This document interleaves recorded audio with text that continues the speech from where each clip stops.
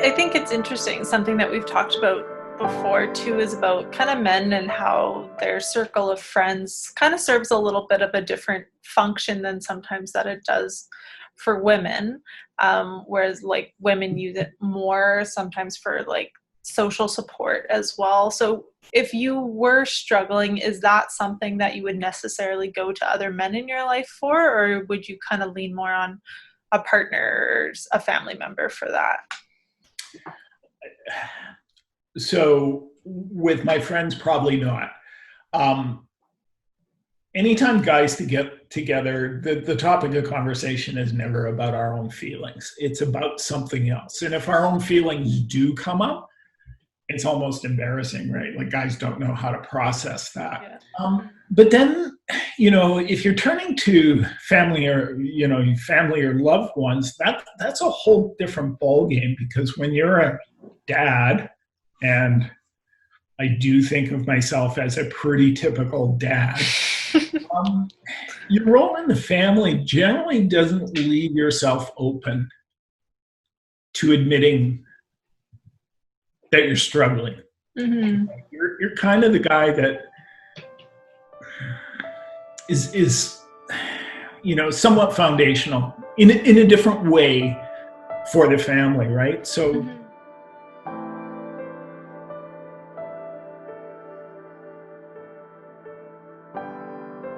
Can you tell me about like how mental health was talked about as you were growing up and kind of what types of things shaped that opinion? well, first of all, it wasn't. It wasn't talked about ever. So, you have to understand the context I was growing up in. First of all, I was born in 61, so I grew up largely through the 60s and 70s. I grew up in rural Alberta, which is a very conservative place. And men were expected to be tough. They were expected to be strong. They were not supposed to be wimps. They were not supposed to admit weakness in any way. I grew up in cowboy country, right? Like that's what whether right or wrong, that's what guys were supposed to be, right? Mm-hmm. And certainly growing up in that environment, you would never talk about your feelings. Like Mm-hmm. it was kind of this model that was passed on from generation to generation. You got to be tough. You got to suck it up. You got to work hard. You got to do these things. You got to be the main support for your family. That, again, that was the cultural construct I grew up in. Mm-hmm. Mental health issues were hidden away, right? Mm-hmm. Like there was mental health hospitals that everyone was sent off to, right? And as kids, we used to, make jokes about it. Like, Mm-hmm. if you were all acting at all out of the norm, there was horrible things that kids said to each other, and a Yeah. lot of them revolved around mental health and created the stigma that I think then got passed on or that we live with. And speaking for myself, I still am spending a lot of time trying to unlearn those things, to re-educate myself and to convince myself that discussion about mental health is a healthy thing, it's a vital thing, and we need to start doing that. But that was Mm-hmm. definitely not where I came from as a kid.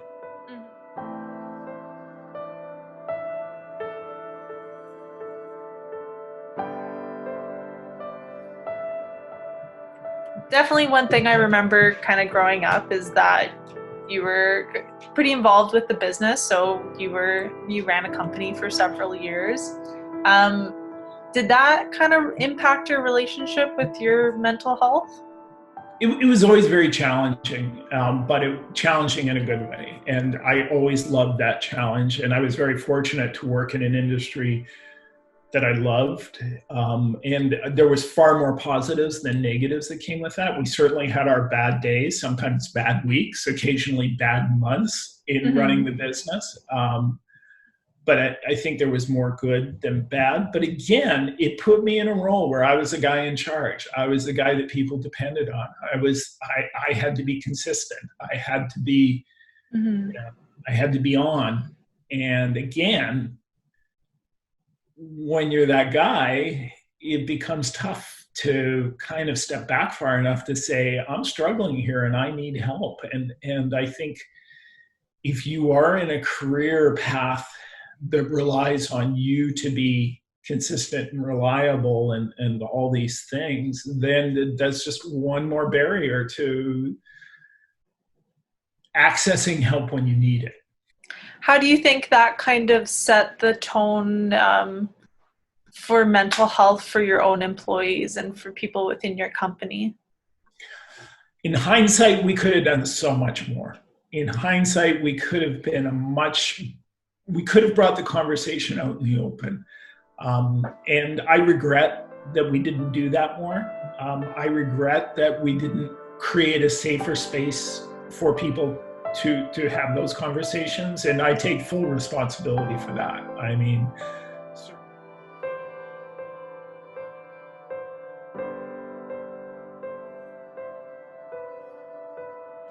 and statistically, we know that globally, men die on average 6 years earlier than women for reasons that are largely preventable. So one of their things they're trying to do is kind of make men a little bit more proactive in managing their own health. So what kind of has been your experience or maybe some challenges you've faced managing your own health as a man? Yeah. So again, this is, again, we talked about this a week ago, and I personally had a health challenge that I have not talked about to a lot of people. And, you know, we talked about whether we should go there in this conversation. And I got to the place where I went, yeah, I think it's important to have this conversation, especially when we're talking about Movember. But also when we're talking about mental health, because I think it's all part of something that is all interconnected. So almost exactly 6 years ago now, I was diagnosed with prostate cancer. I was lucky in that I had a very good prognosis. It was very treatable, but I didn't tell a lot of people about that. In fact, other than kind of an immediate circle of very close family and friends, I chose not to. And there was various reasons for that. One of those reasons was my mother actually got a cancer diagnosis at about the same time, and hers was not nearly as hopeful as mine was. And I didn't. The focus needed to be on her, not me. And I had a very hopeful path and a very actionable path. And I thought, you know what, I can get through this. But I think me making that decision kind of reinforces everything we've just talked about. I got to be the guy. I got to be the support guy. I got to be there for my mom. I do not want this diagnosis to define me. And that was, I mean, those are probably the altruistic reasons of why I chose not to tell people. But I think, to be 100% honest with myself, it was easier for me to push that off and kind of focus on other issues that were external to me. And that was probably not me being very honest with myself. You know, anyone with a diagnosis of cancer that comes with a lot of mental baggage that you need to process through. One of the mental health issues that I don't think people talk about is when a guy who has been in a career path for a long, long time, and that career path begins to define him, when you step away from that, that's a huge mental journey to take. So I was processing that at the same time. But something interesting happened. So, you know, I went through my treatment. The treatment was kind of a one-shot deal. I went in, I had my brachytherapy. There was no real follow-up required. There was no chemo. There was none of that required. There was no hormone treatments that I required. So it was kind of a one and done type deal. I had follow-ups with my oncologist, but they were kind of, you go in, you'd have your PSA checked, you know, have a prostate exam, always a fun thing to look forward to. But that was it. And then I'd kind of go on my merry way. And, you know, I started kind of wondering, well, you know, I'm pretty sore. It's pretty uncomfortable. I seem to be dealing with stuff. It's not clearing up as quickly as I thought it would be. It wasn't until we were actually buying a secondhand holiday trailer. And we went to see this trailer, and an older gentleman was the one selling it. And I had just had my treatment, so I had to be close to a bathroom literally every 5 minutes. And we were in a parking lot looking at this trailer, and I really had to go to the bathroom, and I had to go now. And so I finally said to the guy, I said, look, I'm so sorry, but can we go to your house and use your washroom? And he said, oh yeah, absolutely. So he walked back with me, and he waited. Well, I did what I had to do. And then I came out, and he said, are you having issues? I said, well, I haven't told a lot of people, but I had prostate cancer, and I actually just had my treatment a few months ago. And he said, I thought so. He said, I had mine a year ago. Wow. He said, I recognized that. And I had the most useful conversation with this complete stranger. Wow. For the next 5 minutes about, he's going, don't worry about this. This is normal. Here's what you to expect. That one conversation probably did more for me to know that I wasn't weak and I wasn't, and sometimes that's what a stranger can do. And honestly, that's one of the reasons why when we talked about doing this, I said, no, I think we need to talk about everything, because if I can be that someone to someone else, if somebody can turn to me and go, I didn't know you went through this, but if you don't mind, let's have a phone call, or let's just talk. If I can be that, if I can give that gift to someone else, that's a gift I would like to give.